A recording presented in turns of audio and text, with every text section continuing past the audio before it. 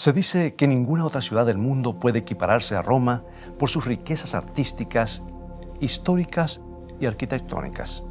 Roma parece tenerlo todo, desde catedrales que inspiran asombro hasta las ruinas espectrales de un imperio perdido. Por todas partes hay estatuas, fuentes y monumentos, al igual que cafés de moda y tiendas exclusivas dedicadas a la ropa más fina y elegante. En Roma abundan los recuerdos históricos de césares, papas y revolucionarios. Al mismo tiempo, la ciudad se deja arrastrar por la fuerza irresistible del intercambio comercial. Aquí la gente pareciera saber vivir.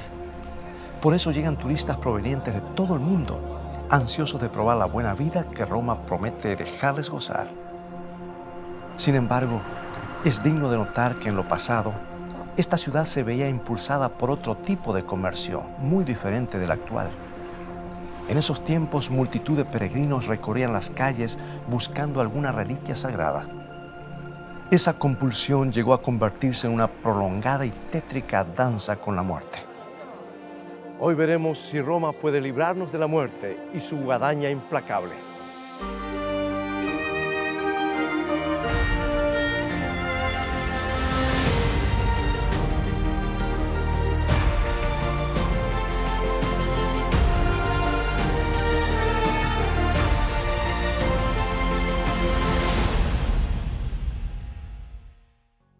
Siglos más tarde, los recuerdos de la Virgen María todavía tienen buena venta en las calles cercanas al Vaticano.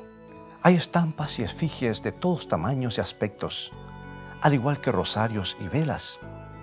Muchos creen que estos objetos les ayudan a elevar sus oraciones al cielo.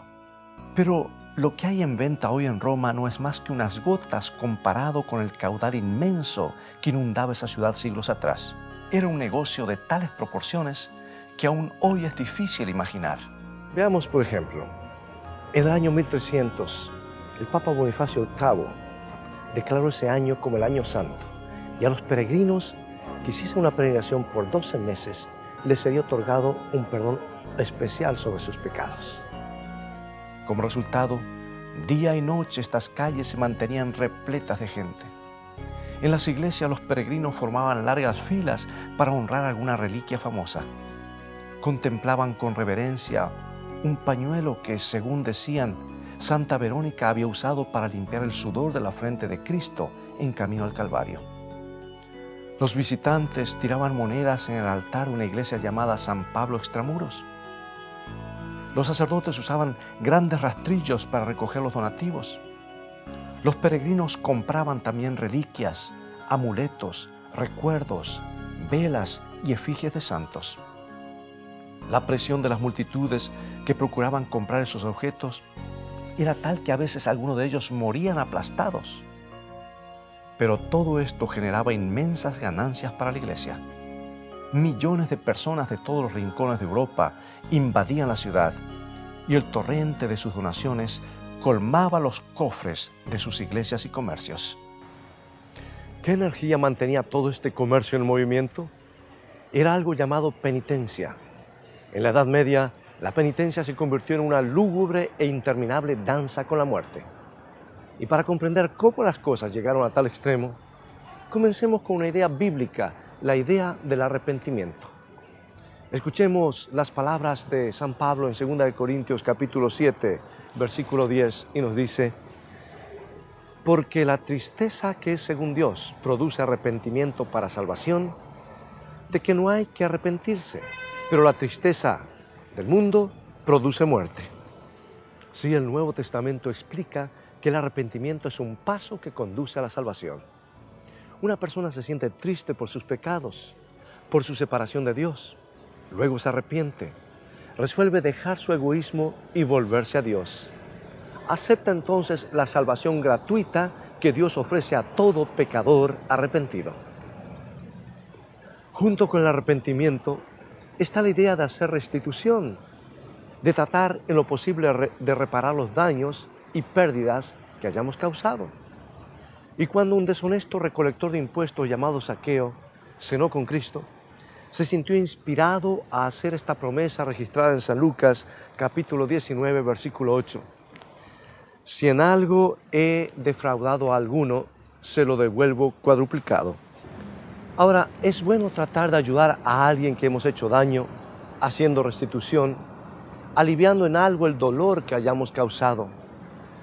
El arrepentimiento y la restitución son principios establecidos en el Nuevo Testamento. Pero en la Edad Media, la Iglesia transformó estos conceptos en algo muy diferente que conocemos como penitencia. Básicamente, hacer penitencia es tratar de pagar a Dios por nuestros pecados, es decir, borrar nuestras transgresiones por nuestros propios medios usando nuestros propios recursos. Y para mucha gente, este intento fue un desastre. La restitución a nuestros semejantes es una buena idea. La restitución a Dios es muy mala idea. Este es uno de los lugares donde a través de los siglos muchos han hecho penitencia. Este edificio, que data del siglo XVI, encierra la escalera sagrada. Según la tradición, estos son los escalones que Cristo ascendió en el palacio que Pilato ocupaba en Jerusalén. Se decía que Santa Elena, la madre del emperador Constantino, los había hecho traer hasta acá. Y con el paso de los siglos, los 28 escalones originales han sido desgastados por las rodillas de millones de peregrinos. Ahora están cubiertos con madera. Los peregrinos subían de rodillas una y otra vez para pagar por alguna maldad que hubieran cometido. Se han inventado muchos términos religiosos para designar esta práctica, pero a fin de cuentas, la verdad es lo que hemos dicho. Los penitentes procuraban mejorar sus probabilidades de salvación.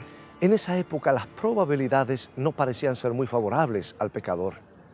Según el historiador Paul Johnson, la mayoría de los predicadores de la segunda mitad de la época medieval calculaban que los salvados eran 1 por 1000 a 1 por cada 10.000. En consecuencia, la gente intentaba cosas sumamente difíciles con tal de pertenecer a ese grupo tan especial. Después de todo, estaban tratando de compensar a un Dios cuya justicia era infinita. Algunos se sometían a ayunos interminables, otros se iban a largos peregrinajes. A un pecador se le dijo que debía hacer un peregrinaje encadenado hasta que las cadenas se gastaron al punto de caerse solas. Sabes, los principios del Nuevo Testamento podrían haber protegido de esos abusos a los creyentes. Escuchemos lo que San Pablo nos dice acerca de lo que podemos traer a Dios como restitución. Lo encontramos en Efesios capítulo 2, versículos 8 y 9, y dice así: Por gracia sois salvos por medio de la fe, y esto no es de vosotros, pues es don de Dios, no por obras para que nadie se gloríe. O sea que la salvación es un regalo. No la obtenemos directamente o indirectamente a cambio de algo que nosotros hayamos realizado o logrado. La recibimos únicamente por fe. Y cuando venimos a Dios arrepentidos, hay una sola cosa que podemos ofrecerle, y esa es nuestra fe. Confiamos en Él y Él borra nuestros pecados. Eso sí es lo único que importa. Pero esta magnífica verdad del Nuevo Testamento se veía constantemente pisoteada por el comercio religioso de esta ciudad. La gente quería algo tangible, algo que pudieran sujetar con su mano, alguna muestra de su perdón, como ser cierto número de visitas a diversos santuarios famosos, o cierta cantidad de plegarias recitadas para gloria de la Virgen. Y la Iglesia acomodaba esas preferencias. Por supuesto, había cínicos que tomaban todas las cosas a juego, pensando que podrían aplacar la ira de Dios con una cuantiosa ofrenda. Algunos llegaban al punto de pagar a otros para que cumplieran las penitencias que les correspondía hacer. Pero mientras mayor fuera la sinceridad de un creyente, más se esforzaba por cumplir con esas obligaciones casi sobrehumanas, esos largos ayunos y peregrinajes. Además, los creyentes se veían corroídos por una grave duda. ¿Qué sucedería en caso de que una persona muriera antes de haber podido completar su penitencia? Para subsanar esta dificultad, poco a poco la Iglesia fue adoptando la idea del purgatorio. Así uno podría seguir pagando por antiguos pecados después de haber muerto. Todavía habría una posibilidad de entrar al cielo gracias a nuestras obras. Los penitentes que subían la escalera santa sobre sus rodillas Creían que por cada escalón que subieran, se les descontarían 9 años de purgatorio. Sentían, por lo tanto, que estaban acortando sus obligaciones aplicables a la otra vida. Así fue como todas estas penitencias se convirtieron en una lóbrega danza con la muerte. Los creyentes procuraban asegurarse de que podrían burlar los intentos de la muerte, de apresarlos por toda la eternidad. Intentaban agotar el derecho del sepulcro a retener sus almas pecaminosas.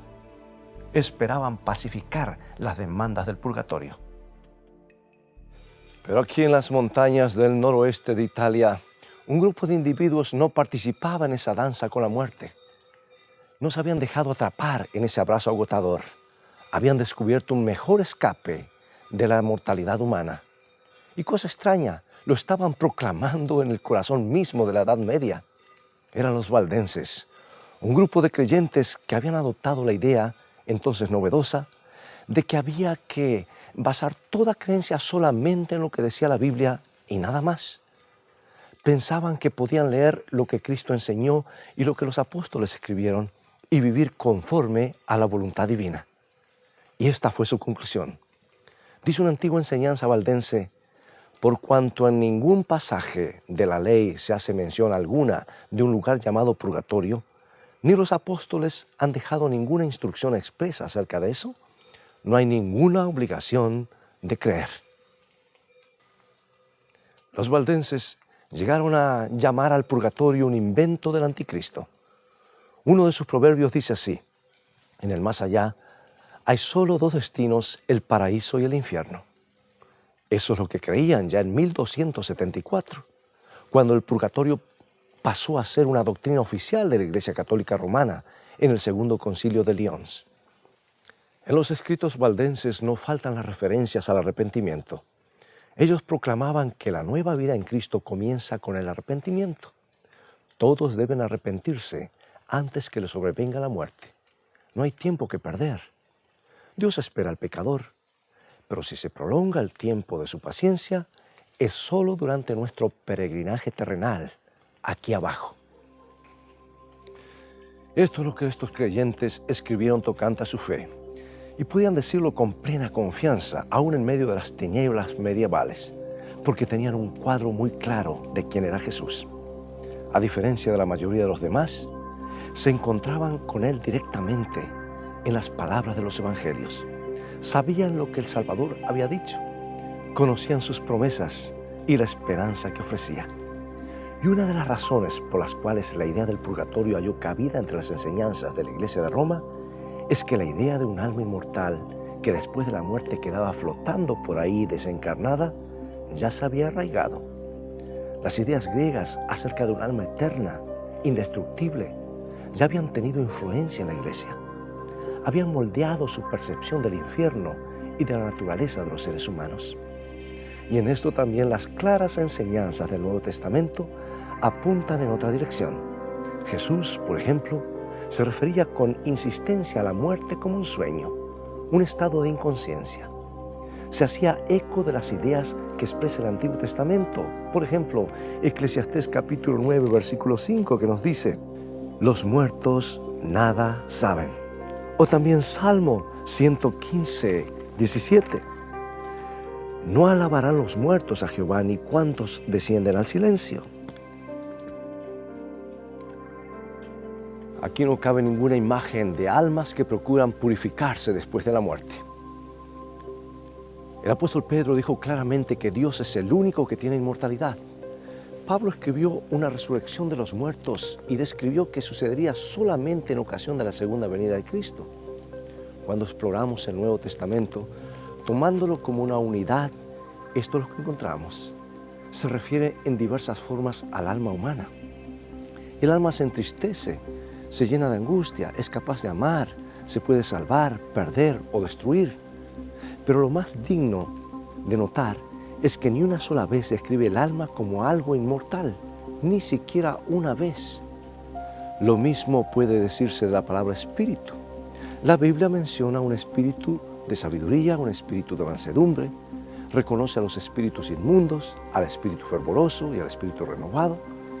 pero se muestra completamente ajena a cualquier espíritu humano eterno. La palabra divina se refiere con elocuencia al único Dios que es inmortal. No se cansa de mencionar el pacto eterno, el reino eterno, el evangelio eterno. Además, exalta el eterno poder y los propósitos igualmente eternos de Dios.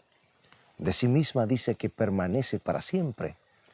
Habla de un trono establecido para siempre y afirma que la gloria divina es eterna. ¿No es por eso, por cierto, notable que ninguna de estas palabras se aplique al alma humana? Preguntemos entonces, ¿qué esperanza animaba a este pueblo que preservó su fe entre estas montañas y cuyos familiares eran consignados al descanso a la sombra de estos árboles frondosos? Bien, los valdenses vieron que una cosa brillaba con gran claridad en el Nuevo Testamento, a saber, la esperanza de vida eterna en Jesucristo. Es innegable que la Biblia nos presenta una esperanza muy clara de inmortalidad, de vivir para siempre. Pero esa esperanza siempre se halla conectada a la persona de Jesucristo. Se habla de la vida eterna como un regalo de Jesús. Y Pablo deja en claro, al decir a los romanos en el capítulo 6, versículo 23, lo siguiente: porque la paga del pecado es muerte, mas la dádiva de Dios es vida eterna en Cristo Jesús, Señor nuestro. O sea que como seres humanos no tenemos vida eterna nosotros mismos, pues se trata de un don de Dios. ¿Y cómo la recibimos?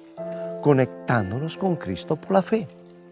Escuchemos esta promesa del mismo Jesús, que se halla registrada en San Juan capítulo 3, versículo 36. El que tiene al Hijo tiene vida eterna. ¿Cuál es entonces la clave para hallar la inmortalidad y derrotar al tétrico segador? Simplemente hacer la conexión correcta, creer en Jesús. No necesitamos danzar con la muerte en el purgatorio. Solo necesitamos abrazar a Jesucristo en el presente. En vano buscaremos un alma inmortal en nuestro interior. Nuestra búsqueda debe conducirnos hacia afuera y remontarnos hacia Cristo. En esto debe consistir nuestra esperanza. Y el apóstol Juan quería que este punto quedara tan claro como el cristal. Y escribió en su epístola, en 1 San Juan capítulo 5, 11, lo siguiente: Dios nos ha dado vida eterna y esta vida está en su Hijo. La vida eterna está en Jesús. Nuestra identidad eterna depende de que nos conectemos con Él. Nuestra alma debe hallar un hogar en Él. Así es como descubrimos quiénes somos. Bien, los valdenses se aferraban de la esperanza que brota del Nuevo Testamento.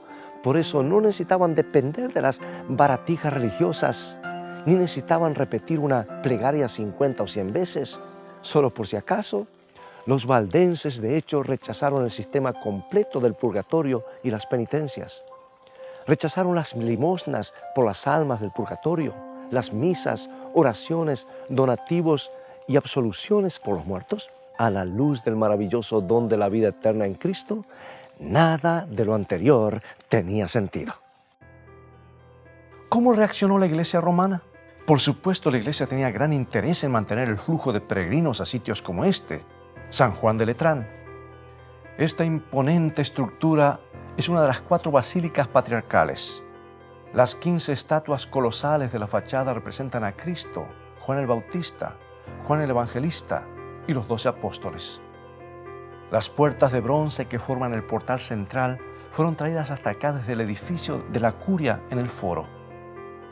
En un pilar interior, el fragmento de un fresco muestra al Papa Bonifacio VIII en el acto de proclamar el primer año santo que hemos mencionado. El altar papal al centro de la iglesia incluye una mesa de madera que, según la tradición, San Pedro habría usado en una celebración de la Cena del Señor. Pero durante siglos, lo que más peregrinos atrajo y todavía atrae es un par de calaveras fijas a sendos bustos de plata en el altar. El Papa Urbano las trajo como reliquias el año 1367. Se asevera que son las cabezas de Pedro y Pablo. Millares de personas querían acercarse a los restos de esos famosos apóstoles para honrarlos. pero sobre todo anhelaban obtener el crédito espiritual que pudiera crear un peregrinaje a este sitio. Querían librarse del purgatorio por el tiempo que se les concediera.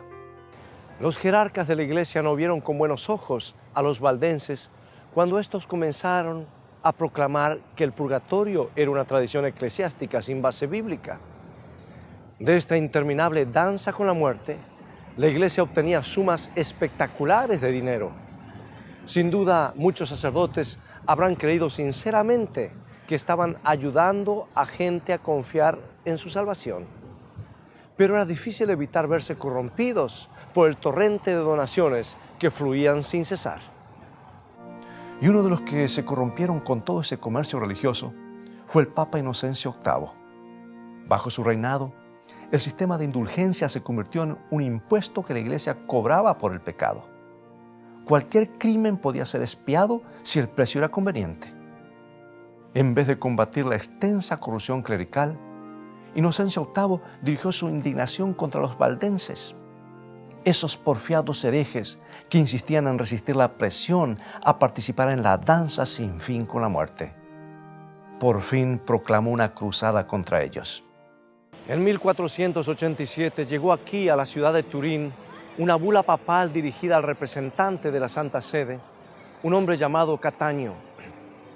El Papa Inocencio VIII declaró que los valdenses, si bien se ocultaban tras una falsa apariencia de santidad, se habían hundido en el abismo del error.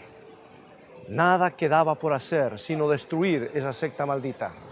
El Papa le ordenaba a Cataño aplastarlos como áspides venenosas. Prometía que todos los que participaran en la cruzada obtendrían una indulgencia plenaria, es decir, el perdón de todos sus pecados. Por fortuna, el duque de Saboya, que gobernaba en Turín, se negó a cooperar con Cataño. Los valdenses eran buenos súbditos y él no estaba dispuesto a declararles la guerra. Y a Cataño no le quedó más remedio que perseguir a los valdenses que todavía quedaban en las montañas al oeste de aquí. Los soldados comenzaron entonces a incursionar en busca de víctimas. Una vez más, esos sinceros creyentes se vieron obligados a internarse aún más en las montañas. Tuvieron que abandonar sus hogares y sus posesiones. Tuvieron que huir con sus niños. Algunos fueron apresados y cruelmente asesinados. Y a pesar de todo, no abandonaron su fe. Rehusaron desprenderse de la esperanza que veían brillar con tanta claridad en el Nuevo Testamento. No consentirían en unirse a las multitudes que llenaban una iglesia para sentirse cerca de las calaveras de Pedro y Pablo y lograr que se acortara su estancia en el purgatorio. En cambio, escuchaban lo que Pedro y Pablo dijeron mientras estaban vivos. Podemos captar su sincera convicción en un llamado realizado por cierta delegación de valdenses. Estas son las palabras que dijeron a su principal perseguidor, que se acercaba a su aldea. Somos obedientes y fieles súbditos del rey y fieles cristianos, declararon. Nuestros pastores están listos para probar, basados en la autoridad de los testamentos Nuevo y Antiguo, que nuestra forma de comprender la fe cristiana es correcta. En Dios colocamos nuestra esperanza.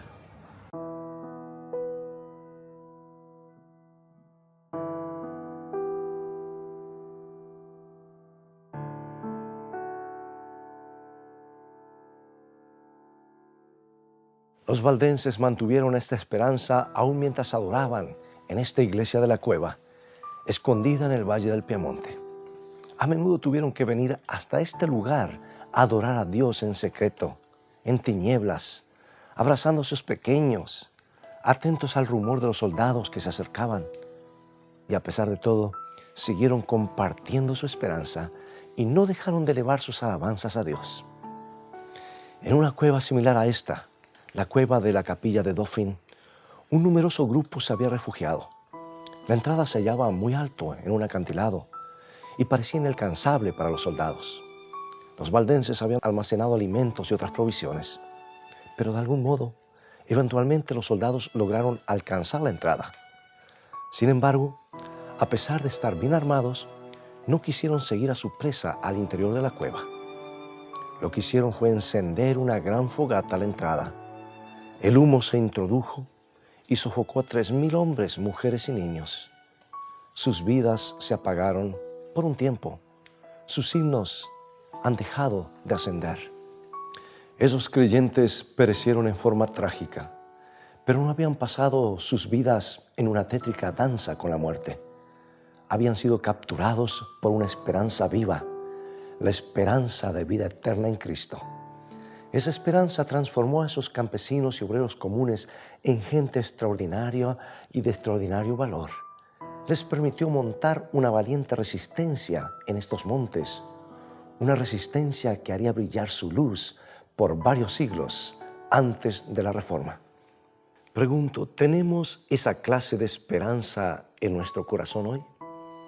¿O estamos tratando de aventajar al implacable segador usando nuestros propios métodos? ¿Estamos tratando de negociar con Dios? O peor aún, ¿estamos jugando con Dios, esperando ganarle la partida? Hoy te invito a aceptar con sencillez la promesa de vida eterna en tu único Salvador, Jesucristo. Te ruego que pongas tu esperanza en la inmortalidad que traerá a todos los creyentes en su segunda venida, y te insto a poner con firmeza tu confianza en aquel que conquistó la muerte en nombre de cada uno de nosotros. Realmente no hay otro camino. Permite que Jesús ponga hoy en tu corazón su esperanza de vida eterna. ¿No quieres hacerlo ahora mismo mientras oramos? Querido Padre nuestro, somos débiles y pecaminosos. Somos mortales. No hay manera alguna en que podamos burlar a la muerte. No tenemos ninguna forma de compensarte por nuestros errores. Por eso aceptamos con sencillez el perdón que nos ofreces con tanto amor. Acéptanos como creyentes arrepentidos y guárdanos seguros en tus brazos todo el camino hasta que envías a tu Hijo en gloria. Lo pedimos en el nombre de nuestro Señor Jesucristo. Amén.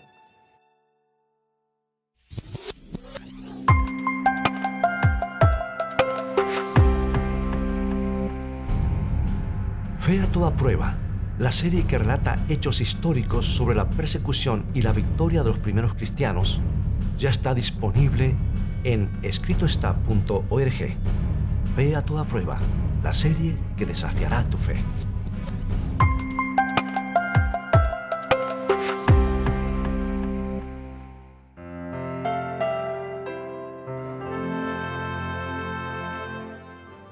Bien amigos, es todo el tiempo que tenemos por hoy desde la Iglesia de la Cueva en el norte de Italia. Los valles y montañas del Piamonte, llegó el momento de despedirnos. Recuerda, escrito está, no solo de pan vivirá el hombre, sino de toda palabra que sale de la boca de Dios.